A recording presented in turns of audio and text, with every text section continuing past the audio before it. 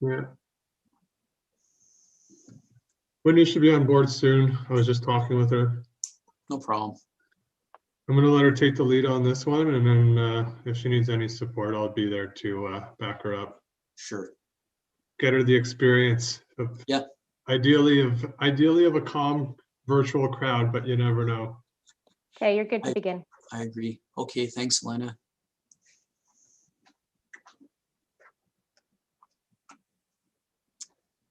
So hello, everyone. It's Darren Vella from Innovative Planning Solutions. Thanks for joining us this evening with respect to the neighborhood meeting for the Towerhill North development. Before we begin with the presentation, I'm going to say this a few times this evening just to make sure that for those that are interested in asking questions following the presentation, there's a bit of a process that we need to follow in order to ensure that we get to you as the participant. So on your screen, at the bottom of your screen, you will see that there is a bar that shows up when your mouse touches the bottom of the screen. There are 5 options there. One is called Participants, Q&A, Chat, Share Screen, and Record. We need the participants to click, we need those that wish to speak to click the Participants button. And when you do that, there will be a panel that shows up on your right-hand side of your monitor. And at the bottom of that panel, there is a button that says Raise Hand. So if you click that button, you will then be alerted to the host of the meeting that you wish to speak, and we will do our best to get to everybody that has raised their hand to get to your questions and answer them the best we can under this format. So I'm going to start with the presentation.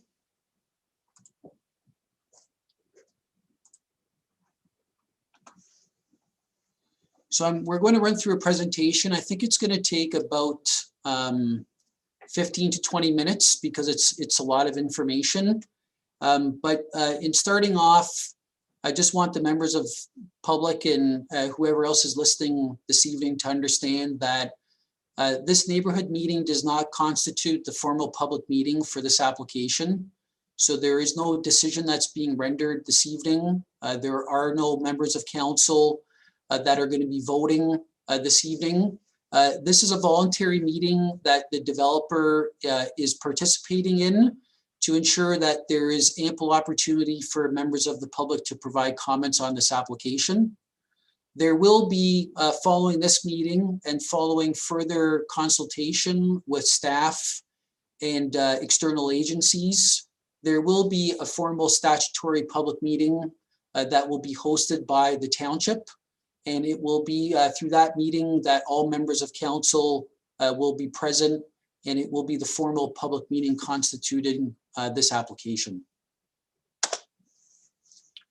So in terms of the property that we're dealing with this under this application, the subject lands are outlined by the dashed black line. So you can see the dashed black line. Hopefully everyone can see my mouse that's moving. So that is the subject property. The area in red is the portion of the property that is subject to the development applications. Those lands have frontage along County Road 10 of 516 meters, and they have frontage along Phallus Line of 691 meters.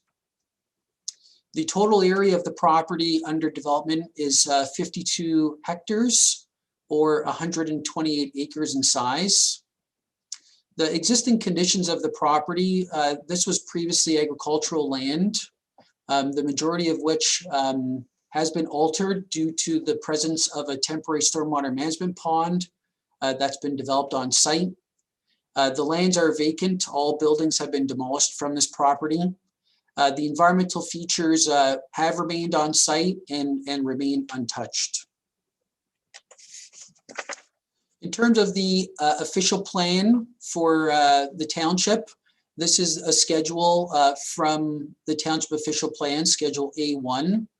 The lands subject to the application are outlined in red, and the lands currently have 4 different land use categories. The area in yellow is designated residential. The area in green is designated natural linkage area.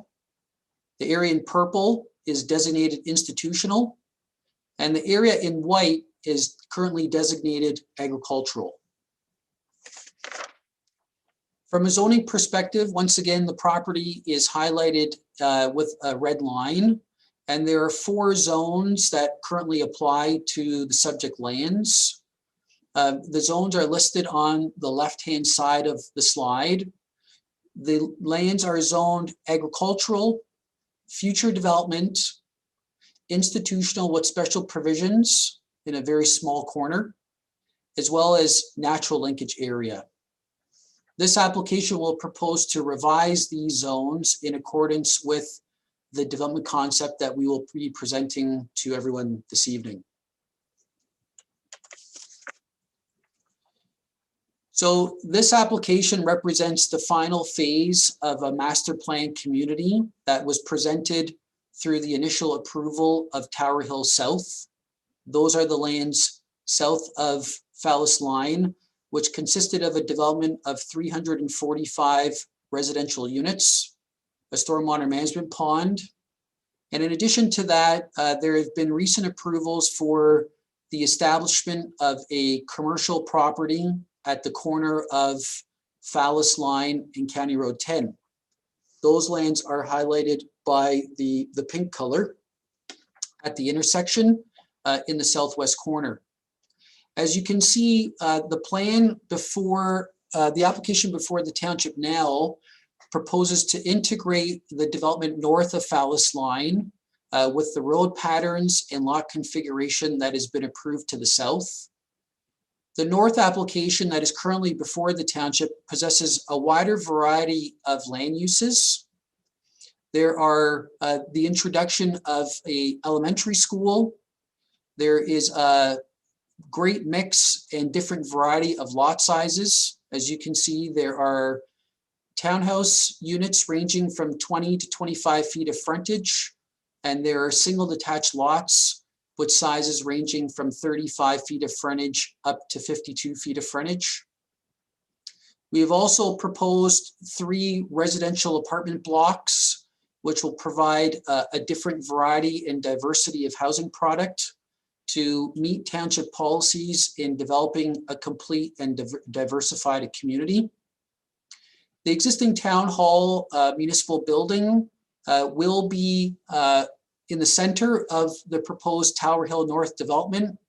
There is a new municipal road that is proposed immediately to the north of the township office. That will be a connection point from County Road 10 around to Phallus Line, which will connect in with Highland Drive to the south. The recreation center that has been recently constructed by the township on lands that were provided by Towerhill North are shown in the purple color. And once again, the purpose of this development is really to embrace and celebrate the construction of that building as an important community asset moving forward. So a little bit more detail on the application before the township. There is a total of 765 residential units proposed. The breakdown of those units are as follows. There are 124 townhouses on 20-foot lots, 121 townhouses on 25-foot lots, a total of 328 single detached dwellings on a variety of 35 to 52-foot lots. There are 3 residential apartment building blocks that have been colored in the light brown, which have the ability to accommodate 192 apartments, an active seniors building, as well as an assisted seniors building to ensure that we are planning for all different ages of place with the community and with the project.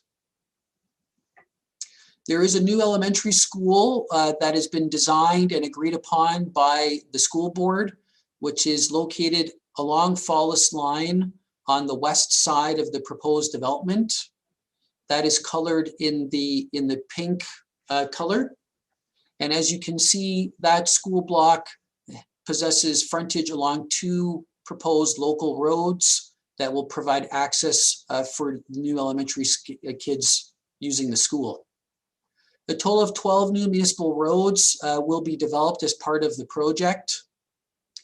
This project will also require the realignment of an existing drainage feature on the property and will be relocated within the dark green area shown on the plan. This area will provide a 71-meter wide buffer area that the watercourse will be located in the middle of.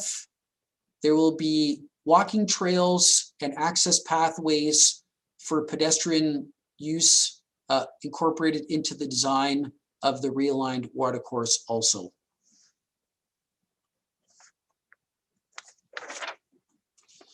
Just zooming in a little bit more on the medium density blocks. So there are 3 of them in total. There are blocks 329, 330, and 331. Block 329, as I mentioned, is intended for assisted living development. A unit count cannot be derived for this block as a senior's home isn't calculated based on units. It's actually based on beds. And we are going to be trying to find a senior housing provider to work with us on this block to ensure that this important development forms part of the community. Block 330 is a block where we are proposing an active seniors living development. There will be a total of 80 dwelling units located within this block. There will be 1 parking space per unit proposed for each of the 80 units, and it will also possess a large amenity area. Block 331, which is shown on the left, the conceptual plan for block 331, has a few different purposes. There are 2 buildings proposed totaling 128 dwelling units. This building is intended to provide more attainable and affordable housing for people looking to locate into the Millbrook area, as well as to provide opportunities for active seniors to locate should they be choosing to downsize from currently living in single-family homes or outside of the Millbrook settlement area in the more rural places of the township. Based on the fact that there will be a variety of different age groups living within these buildings, the proposed parking spaces has been increased to a total of 1.5 parking spaces per unit to ensure that there's ample parking for those people looking to reside in the 2 buildings. On all 3 of the blocks that are proposed, we are suggesting that a maximum building height of 4 stories be instituted for all 4 buildings. And that will ensure that we are meeting the objectives of building a variety in housing stock and appropriate density and massing adjacent to the township municipal office, as well as the recreation center. The school block has been designed, as I mentioned, in consultation with the applicable school board. It is located in the southwest corner of the site and will possess an area of 2.2 hectares or 5.5 acres. The intended use of the school block will be for a new public elementary school. The access to the school block will be provided off of 2 new municipal roads. The school board has requested that the school block not be provided access along Fallis Line, as they are looking at a new model to ensure children are kept safe and that schools are protected from busy roads such as Fallis Line. In terms of the official plan, there are some changes that are being proposed through this application to the township official plan. If we're looking at the left slide, The area in gray constitutes the area that is required to be added to the settlement area of Millbrook. These are lands that will be added to accommodate the realigned watercourse, the stormwater management pond, the new elementary school site, as well as a limited amount of residential units. The area within the existing boundary of Millbrook will also require some modifications to recognize the realigned watercourse, the residential uses being proposed, and the reclassification of the area in purple, which are lands that are currently designated institutional that will be converted to residential in accordance with the concept plan. There have been numerous technical studies that have been requested by all agencies to review through this application. We have listed all of those studies here. There are different additions to these studies as we've been working on this project for quite some time. But this provides a list, and if anyone is interested in reviewing these studies, they can be made available to you by both the township or the county. From a water servicing perspective, just to provide some orientation, so Phallus Line is now located on the left side of your screen and is running east and west, and north is actually pointed to the right of your screen. So the concept plan has been flipped for better orientation purposes, just to look at servicing. The water system is proposed as a looped water main system, which will be extended from the Towerhill South development. There is also a reservoir that was constructed and a booster pump station constructed as part of the Towerhill South development that will provide sufficient capacity for water to service the 765 units being proposed under this development, as well as the new elementary school located on the site.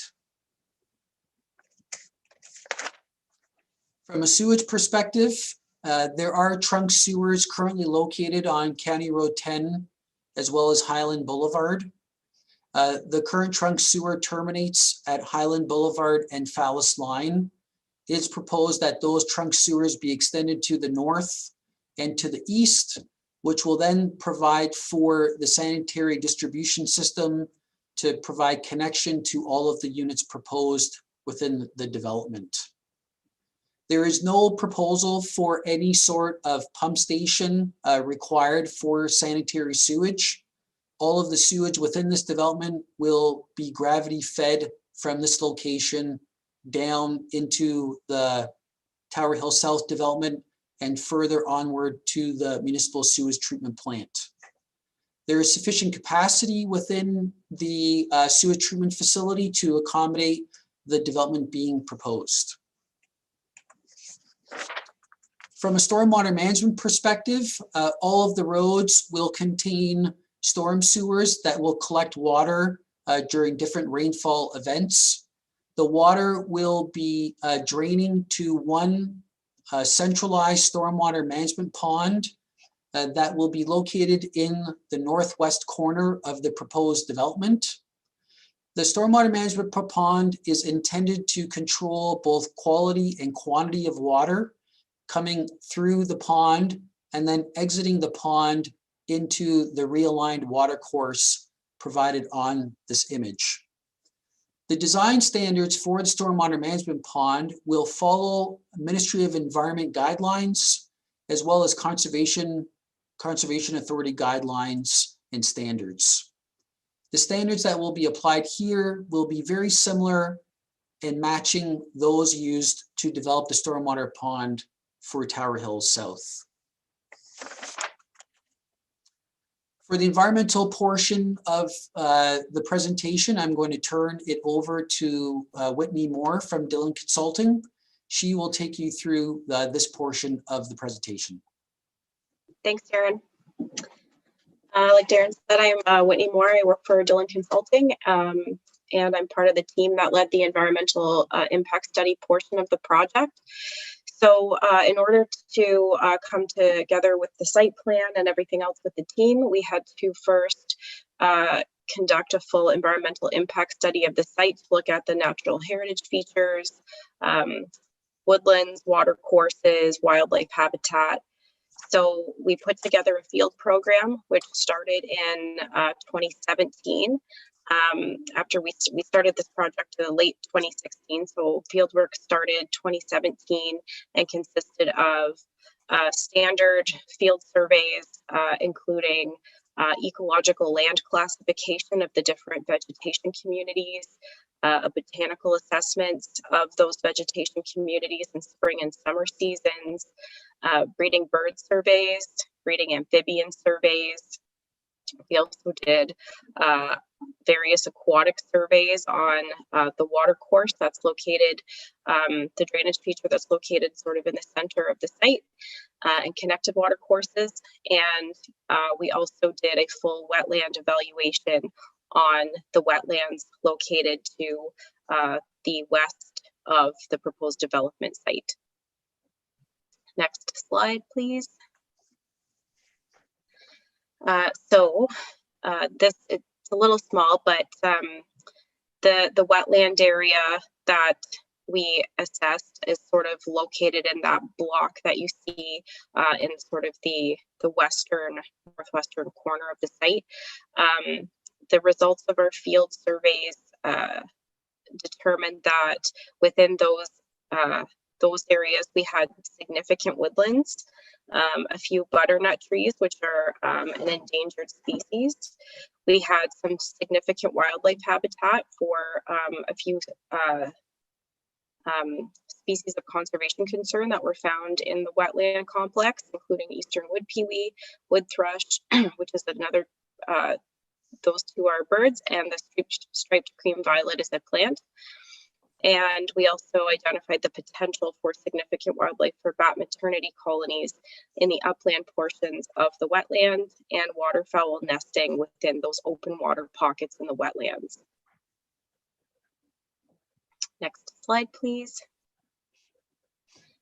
And then we conducted a full wetland evaluation following the provincial Ontario Wetland Evaluation System criteria, which entails going to the site several times throughout the year, doing various vegetation surveys, soil sampling, and scoring in accordance with the provincial criteria to determine whether that wetland is provincially significant or not. So all of the field work was done through I believe it was the 2017 field season we did that work. And the results showed on the left-hand side, we see that those wetlands within that sort of woodland complex are swamp communities. And then there are a couple of marsh communities also identified in association with the tributary to the north. And there were a couple of wetland pockets to the south, just sort of in low spots in the farm fields that had been since removed by the municipality. So the overall scoring came out to determine that the wetland complex is not considered provincially significant. But despite that, moving forward, we still applied the same buffers that we would on a provincially significant wetland to protect that feature through the development.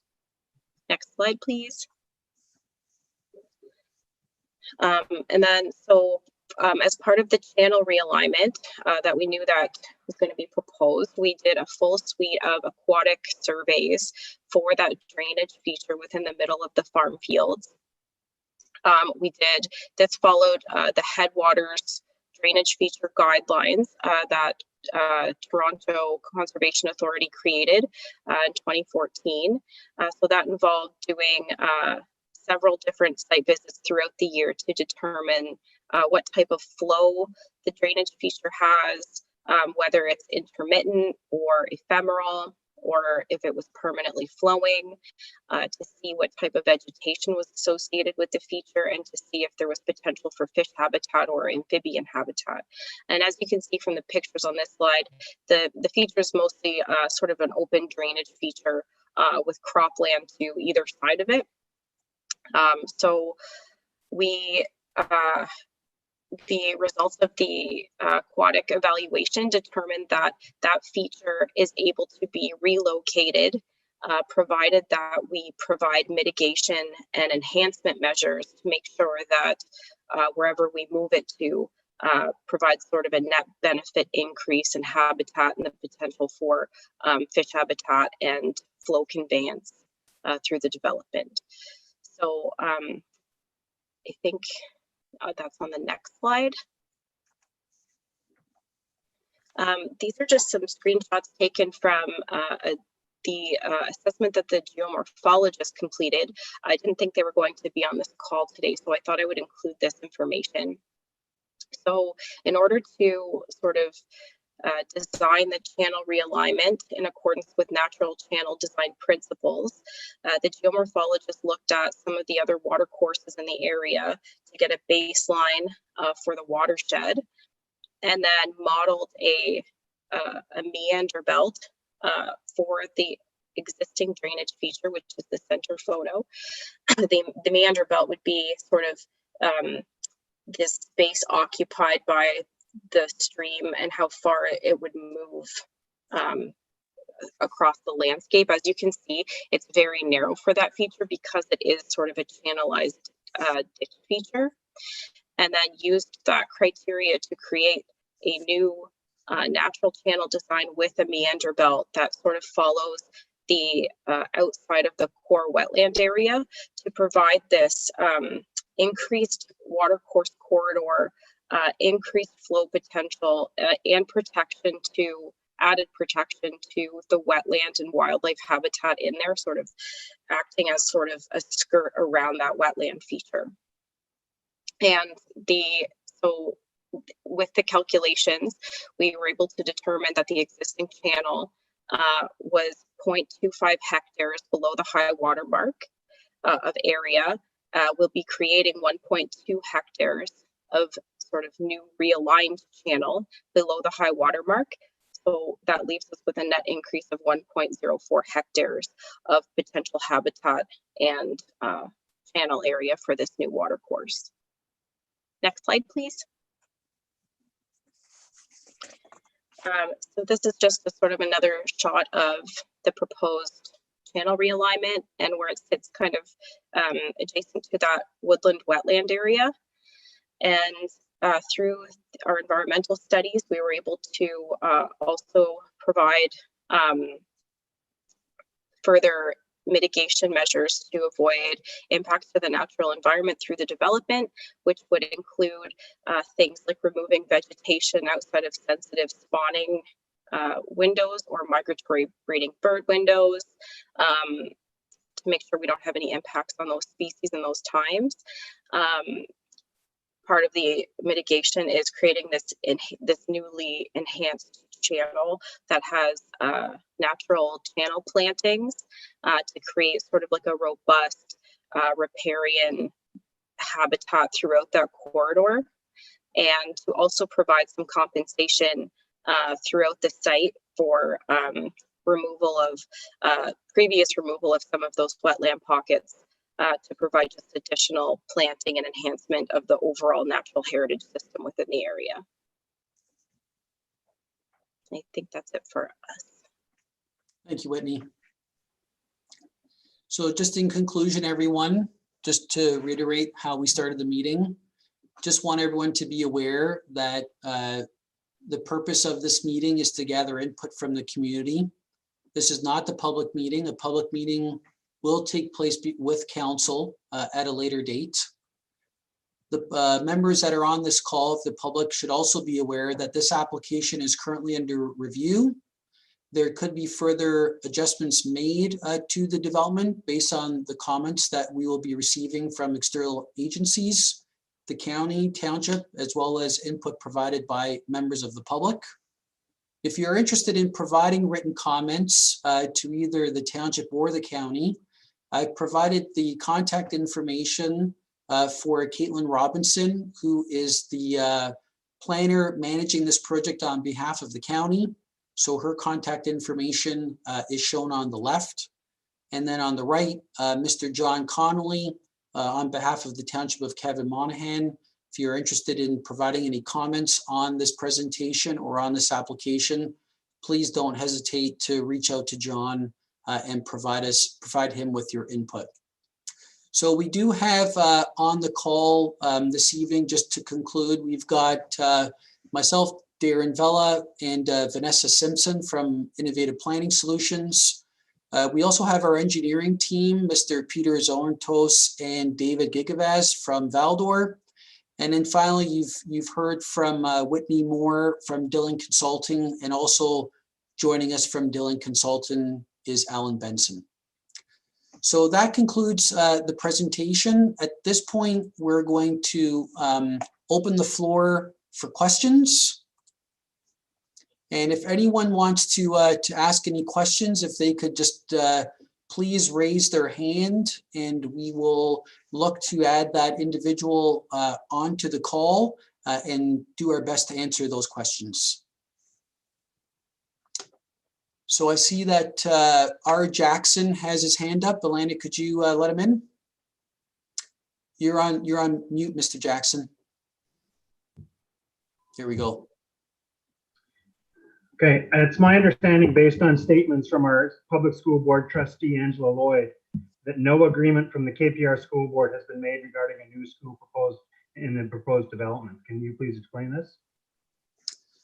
Sure. Yeah, we have, if you were to look at the planning justification report that was submitted on this application, there is a piece of correspondence within that planning report from the district school board that agrees to the location of the school block, the size of the school block, and we've had several discussions with the school board about the need for another elementary school in Millbrook.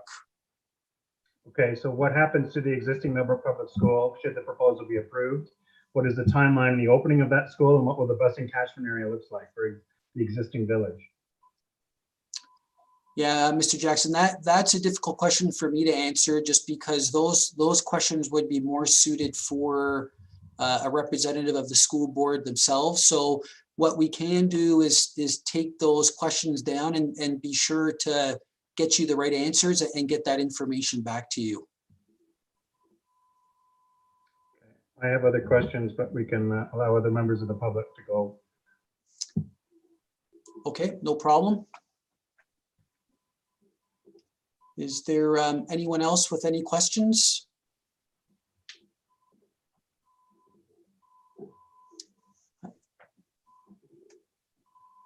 Okay, I see Vanessa with her hand up. Vanessa, you're on mute, but welcome to the call. Okay, thank you. I'm sorry I missed the beginning of it. My one issue was, would building a whole bunch of new places have any effect on our water table? Thanks for the call. Maybe I'll pass that on to either Peter or David from our engineering team. Okay.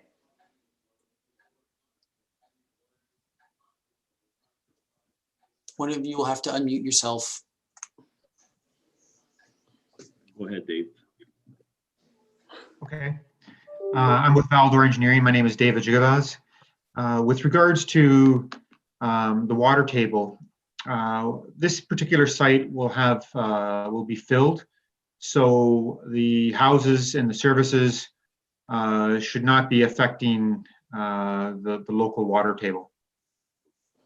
That's a lot of houses being added to the subdivision that's already built, is it not? Yes, there are quite a few homes proposed, but we are introducing measures to balance the water so that it reflects the pre-development condition. And that includes the installation of infiltration trenches, which will reintroduce water into the ground to mimic the current site conditions. Okay. All right, that's my question. Thanks, Vanessa.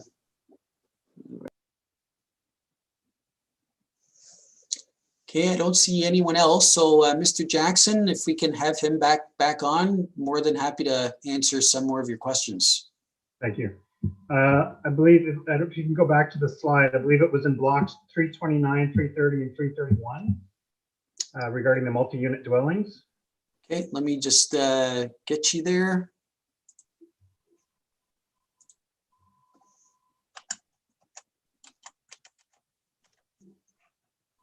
Screen seems to have frozen. Let me try that again.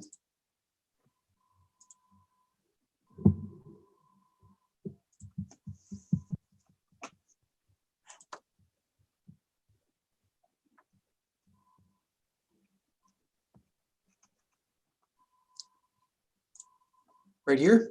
Yeah, 329. Okay, so Oh. I guess my question then regards just to 330, to blocks 330 and 331. So why are parking spaces of 1.0 and 1.25 spots per unit respectively being proposed when many municipalities in Southern Ontario are looking at drastically reducing parking spots for multi-unit dwellings? So for example, I have a quote here. Many municipalities in Ontario now argue there shouldn't be any minimum parking space requirements anywhere in cities or smaller towns and villages other than for bicycles and accessibility purposes.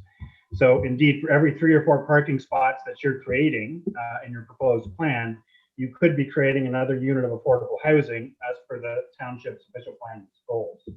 So also your proposed plan, in the proposed plan, the square footage of paved space for parking far outweighs the square footage of the actual building, which is both a waste of natural land and unsightly from an aesthetic point of view in a rural, largely agricultural township such as Katamani.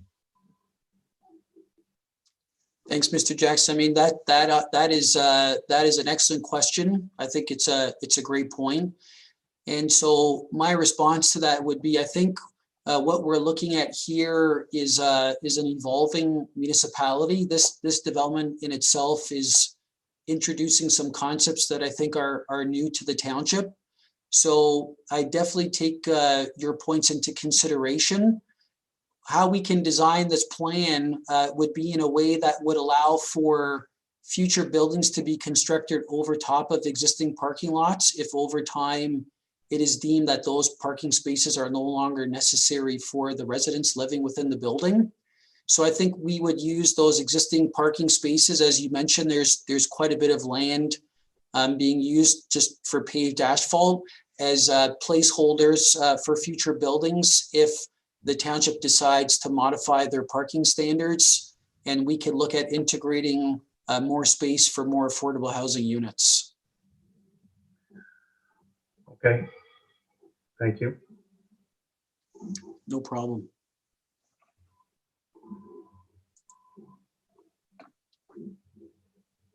Any other questions, Mr. Jackson? Yeah, I've got a few. You sort of went by the slide fairly quickly. So what amount of parkland and open space will be designated as part of the site plan? Is it only the bare minimum the township's asking for? So the total parkland that's being dedicated here, Towerhill Group did dedicate some parkland in advance of this project. So the land that the recreation center is sitting on was dedicated to the township for parkland purposes. In total, when looking at those lands as well as the parkettes and trails that are being proposed through the development, there's a total of 10.6 acres of parkland that is being contributed to the township through this development. On a total site plan of 127 acres, you said? Yeah, there's a total of 128 acres. So less than 10%. And what, I'm not intimately familiar with the official plan, but what's the official plan requirement for parkland dedication and the new site plan? A new site plan is required to provide 5%. Okay. is what the official plan calls for. Or there's also a 1 hectare for every 300 dwelling units that are being constructed. Okay. And those existing, the trails that are being planned with the realignment of those waterways, what plans are in place to connect them to the existing trail network of not only the Millbrook Highlands, but the larger Millbrook Valley Trail system? Yeah, we're excited about the trails. We think the feature that we're proposing is going to be a benefit both environmentally as well as to the community. So we'll be looking to work with the township on ensuring the appropriate connectivity between the existing trail network and what we're proposing here.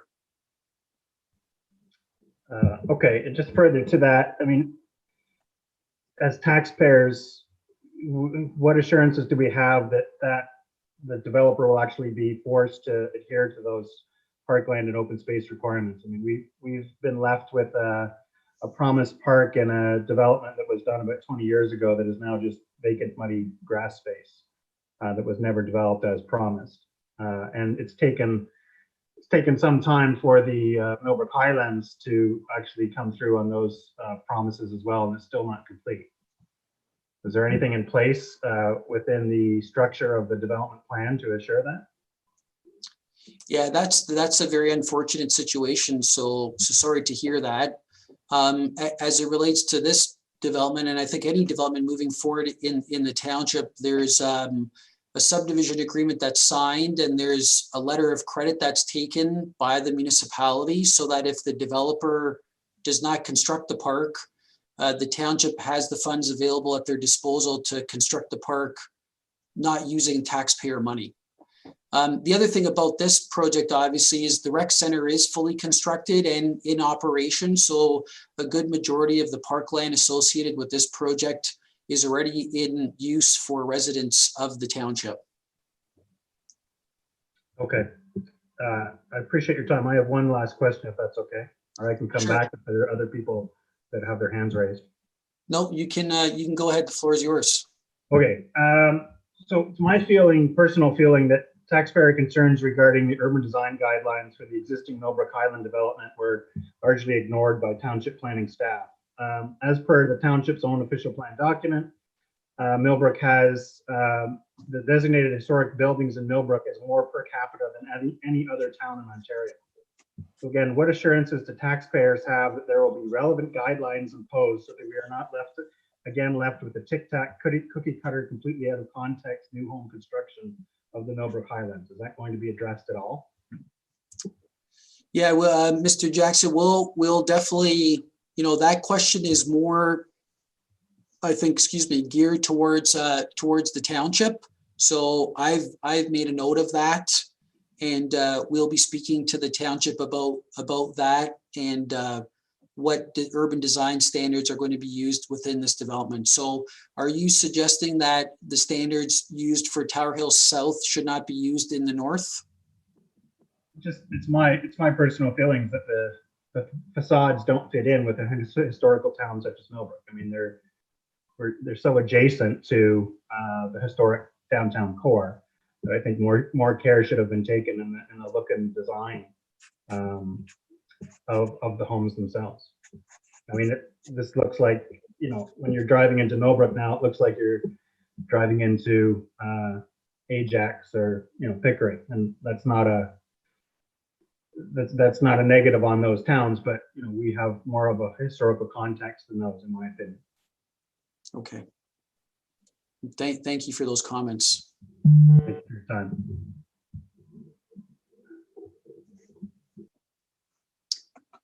Is there anyone else with any comments? If you have any comments, please just raise your hand. Use the participant button, and then in the bottom right-hand corner, just click on raise hand. Darren? Yes. I just see one of a question that someone's typed in here into the Q&A spot here. The questions, any plans to utilize sustainable energy within the development, such as solar?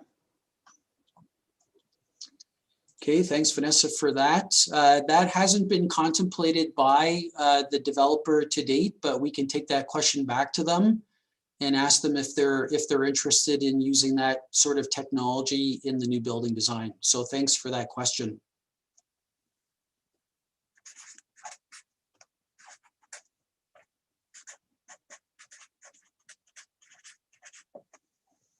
Okay, anyone else?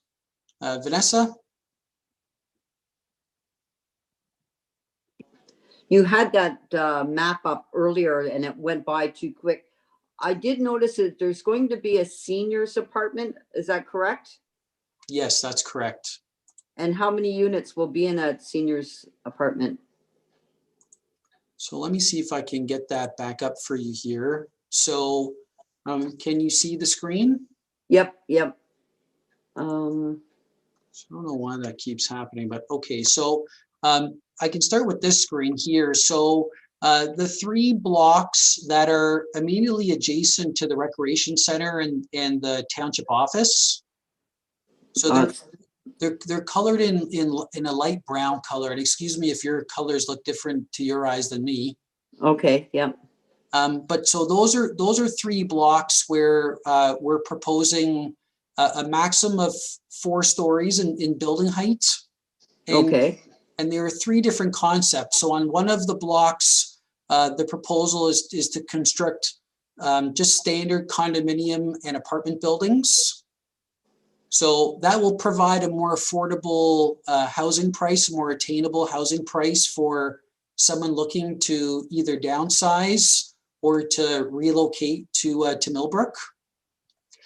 The second block is proposed to be an active seniors development. So this is a building where there will be no care provided. These are for seniors that are still healthy and in good shape and are just looking for a different quality of life. They don't want the maintenance associated with owning a house. They may, live somewhere warm through the winter months.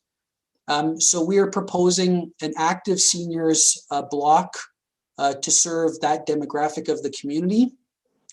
And then the final block, the third block, would be an assisted seniors living facility. So this is a facility where there will be some care. There will be an opportunity for people living here to receive care, to receive meals, and to be taken care of because they're no longer able to for whatever reason. Yes, because Millbrook does have a aging population. I know not everybody, like all these new builds are going to be for younger professional people, I'm sure, but you still have quite a few senior residents in Millbrook. Yeah, we've thought about that and we've looked at this plan, and we've also thought it would be best to design this plan so that those buildings are right adjacent to the recreation center, so that if seniors want to go and use the facilities that are made available by the township through the recreation center, it's not too far a walk for them. Yeah. And that recreation center also has a lot of outdoor green space that can be enjoyed by those living in these buildings. How many rooms were in that active seniors residence? So that has not yet been determined. We don't have a plan in place yet with a seniors home provider. So we're still in the process of working that out. Okay. And I assume it's the same for the assisted seniors facility too, then? The assisted seniors facility, we are thinking that there's going to be approximately 80 units in that building. Okay. And then on the 2 buildings, which will have the apartments and condominiums, there's a proposal there. The 2 buildings will have 128 units within it. Okay.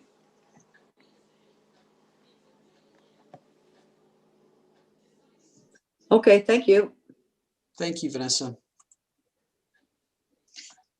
Darren, there's a few more questions coming up in the chat here. So maybe I'll go through those quickly. Sure. Because they're getting long. Is the wetland evaluation file open access? And if so, where can the report be obtained? So wetland evaluation files are always open public access. You just have to request them through the district office. So that would be the Peterborough District Ministry of Natural Resources and Forestry office. Okay, so maybe we can provide that information, Vanessa, to the township? Yeah. Okay. And then this is more so just a comment from somebody. They were just stating that the demographics of the buyers in Towerhill South is not just young families. There's a diverse mix of young, old, and retired. That's great. When is the development expected to be completed? Completion date is a difficult question, just because it's contingent on market conditions, timing for approvals, seeing that we don't have our approvals in place yet. So it's too difficult to provide an answer in terms of when the project will be completed. And then one other is the stormwater management pond at the north side of the township office a permanent feature? So I'm assuming that's the temporary pond that's there now. And if so, will it be converted into an attractive feature that will be part of the parkland, or will access to it be restricted permanently? So the existing pond is temporary. That pond is going to be relocated into the northwest corner of the proposed development.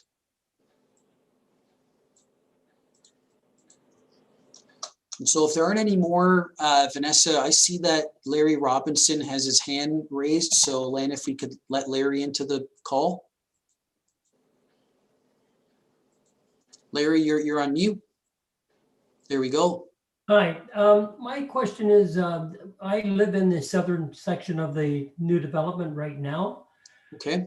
And I could have this wrong, but I understand that, like, when we pay our property taxes to Kevin Monahan, which is part of County of Peterborough.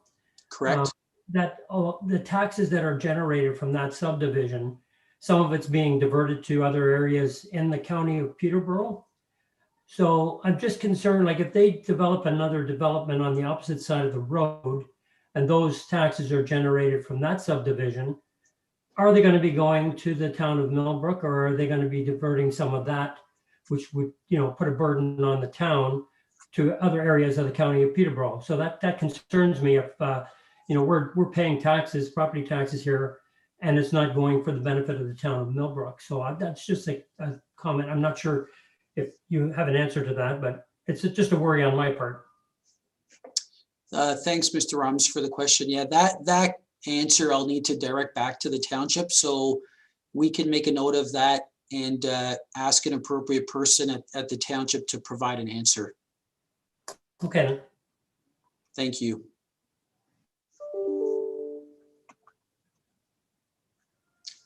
Anything else, Vanessa, on the chat line?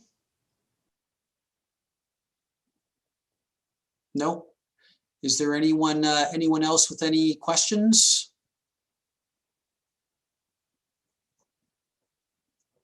Okay, everyone. Well, I think that will conclude the meeting. So as I mentioned, the next step in this process will be the applicant will be looking to receive comments from the county and the township and the external agencies and members of the public.